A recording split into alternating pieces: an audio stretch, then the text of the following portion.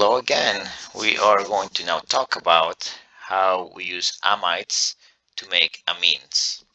And as you can see from the title screen, we have the option for making primary, secondary, or even tertiary amines. All right, so in the case of primary amines, the idea is that yes, we'll only have one alkyl chain connected to nitrogen. And this alkyl chain is directly related to the carbon chain of your amide, right? So this happens to have two carbons in the amide chain, so you end up with two carbons on your amine, product. And just like the acide synthesis and the nitrile synthesis of amines, this one also is affected by using lithium aluminum hydride. So I'm going to show you the mechanisms, and what you're going to find out is that yes, the mechanism varies a little bit based on what kind of substitution we have on the nitrogen of the amide to begin with. In the case where there is no substitution, you just have the two NH bonds. We're going to have something specific taking place. So that thing is the deprotonation of an NH bond that I'm pretty much getting to. The act of taking an amide and pretty much bringing it in contact with a really basic substance like LAH is undoubtedly a process that will follow by acid-base chemistry. So this deprotonation is going to happen whether you like it or not. You have acidic enough protons. The NH bond, just to remind you about, has a pK of about 15, whereas hydride has a pK, well, the conjugate acid of hydride has a pK of 35. So this acid reaction is happening whether you like it or not. So deprotonating that NH bond brings electrons over to the adjacent carbon. The carbonyl bond is disrupted. So you basically make an enolate derivative, the enolate derivative of amides. And notice right here that I'm showing your oxo component, not only associated with lithium, but also with the aluminane that gets formed in the process of this reaction, because these two things are going to allow the oxo group to behave like a pseudo decent living group, at least under these harsh conditions. All right, now here is one part where I personally disagree with some of the stuff I've seen online in terms of this mechanism. We have deprotonated the first NH bond, and even though that's happened, I think that the second NH bond is still acidic enough that a second deprotonation is likely to occur.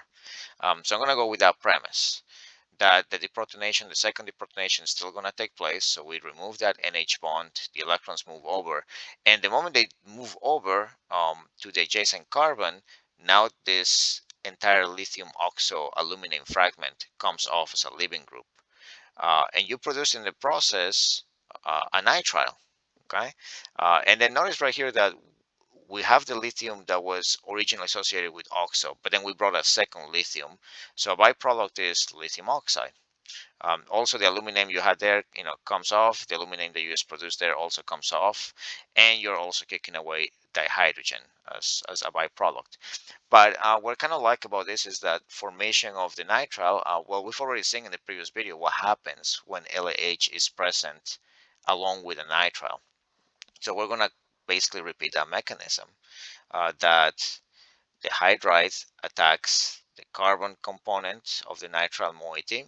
The electrons move over to nitrogen.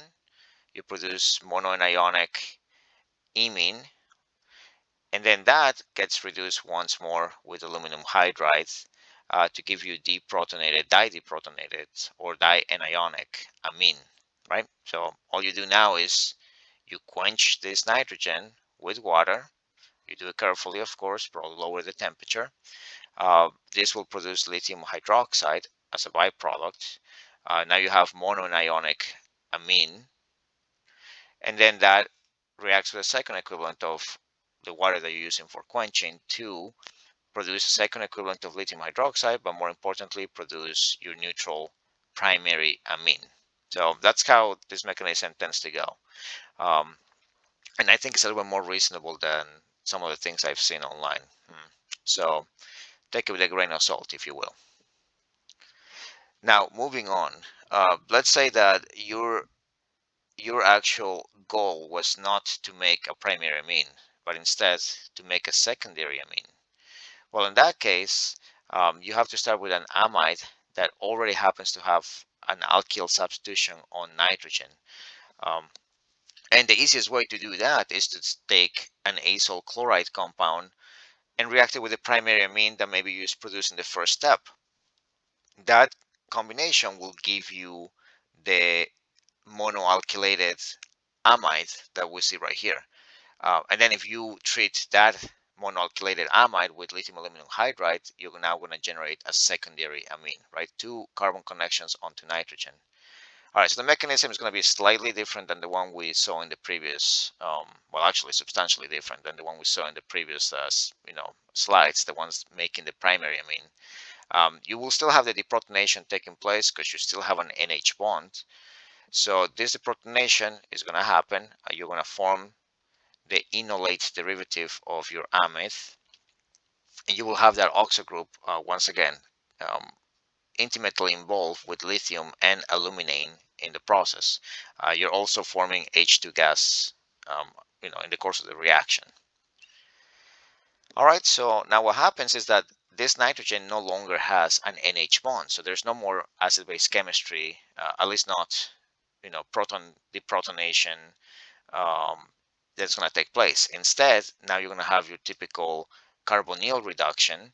Um, you'll have the second equivalent of aluminum hydride attacking that carbon, right? There's no more NHs, so there's no more deprotonation. So you attack that carbon, and then the electrons of that imine move over to nitrogen. And you have this initial intermediate. Now, what happens now, if you look carefully, you have two lithiums now associated with this molecule, and you have the protonated amine, which is, a good enough nucleophile to pretty much say, you know what, you did not pay enough molecular rent to stick around, so I am kicking you out. And the way it does it is it brings those set of electrons back to that middle carbon, and the carbon oxygen bond is fully broken, right? And that's assisted by the aluminane and lithium interaction that's in here. But now you're going to lose both of the lithiums as lithium oxide. You're going to lose aluminane in the process. And what you have now formed is an imine, a straight out imine, which much like a nitrile is going to react with lithium aluminum hydride, so will an imine. So now you have a third reduction, a third equivalent of lithium aluminum hydride attacking your imine carbon and kicking the electrons onto nitrogen. And this gives you monoanionic amine, which right when you get to this stage, you quench it with water.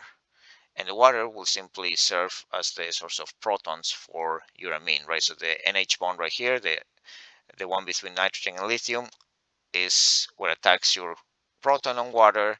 You end up kicking the electrons back to oxygen, forming lithium hydroxide as a byproduct, but more importantly, now generating your secondary amine. So the mechanism is a little bit different than the one we did for primary amines, simply because of the fact that there's no more NH bonds present on the molecule, aside from the first one that got deprotonated. And because of that, you probably already have discerned that the mechanism for making tertiary amines is also going to be different from the one we just did. So I'm going to walk you through that one as well. And just like last time, if you want to end up with a tertiary amine, then you have to start with a dialkylated amide to begin with. And the way you could have that as an initial reagent is to simply take acyl chlorides and react it with the secondary amine that we got from the previous reaction. And you will have a pretty smooth conversion into this dialkylated amine. So the way that this works out now is that you don't actually have any NH bonds to begin with, so there is no deprotonation. The first thing that happens is the direct reduction of the carbonyl carbon of this component. So you attack the carbonyl carbon, you break that carbon oxygen double bond, and you form the following intermediate. And once again, lithium and aluminane are fully engaged and hanging out with that oxygen, really making it like a pseudo decent living group. All right, so once this happens, the next thing that has to take place, and this is a big ask of the molecule, but you have to remember when you do this type of reactions, you tend to also potentially heat them up. Now, you have to be kind of careful with lithium aluminum hydride because um, it's a pretty pyrophoric substance, so you have to be mindful about how you're treating it, to what temperatures you're heating this up. But pretty much what you are trying to allow to happen now is an entropically driven step. Namely, you want that nitrogen with this lone pair, its measly lone pair, to attack the carbon in the middle and kick out your oxo group. Now, this is a big ask because the direct products of this thing will be an iminium cation, and that is literally like a trophy target for oxide. So you're asking a lot out of this reaction for this to happen. So heating will definitely help out because you start with one component, now you have two components. So entropically speaking, you are increasing the entropy, and that it's benefited with higher temperature. All right, now once the iminium ion is formed along with your lithium oxo aluminane, um, which is as funky as it looks, this is monoanionic. Um, what happens now is that you have a second equivalent of lithium aluminum hydride. And what you have to realize is that, yes, even though this reaction is probably going to happen to a very small extent, the formation of that iminium cation, the moment it's formed is, pretty much ready to be attacked either by the oxo group that, it was generated by, that's reforming the original molecule, or reacting with a second equivalent of aluminum hydride that is sitting around just waiting to meet the right target. So you can kind of think of it that way, right? The previous reaction is a bit of an equilibrium. This one right here is a by not really a byproduct, but a side reaction that can happen.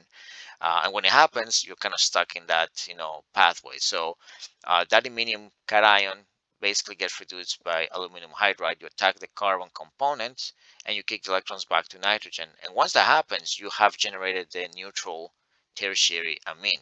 But yeah, it kind of needs a little bit more of a kick for that to happen, just because that second to last step is a big ask.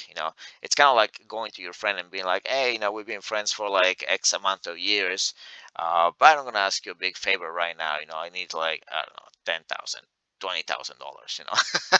Yeah, that's a big ask. Even if you were like big buddies, like that's a big ask of anybody, right? And that's kind of what we're asking right here. The big bucks of producing that iminium cation. All right, but with all that said, we've covered all the different variations of making amines, primary, secondary, and tertiary using amides. Um, and what you're going to see in the next video is that we can actually do the same thing with a very elegant reduction, a very elegant reaction as well, one that's actually been mentioned on TV programs, and it's reductive amination. But I'm going to save that reaction for the next video. So I will catch you then. Bye-bye.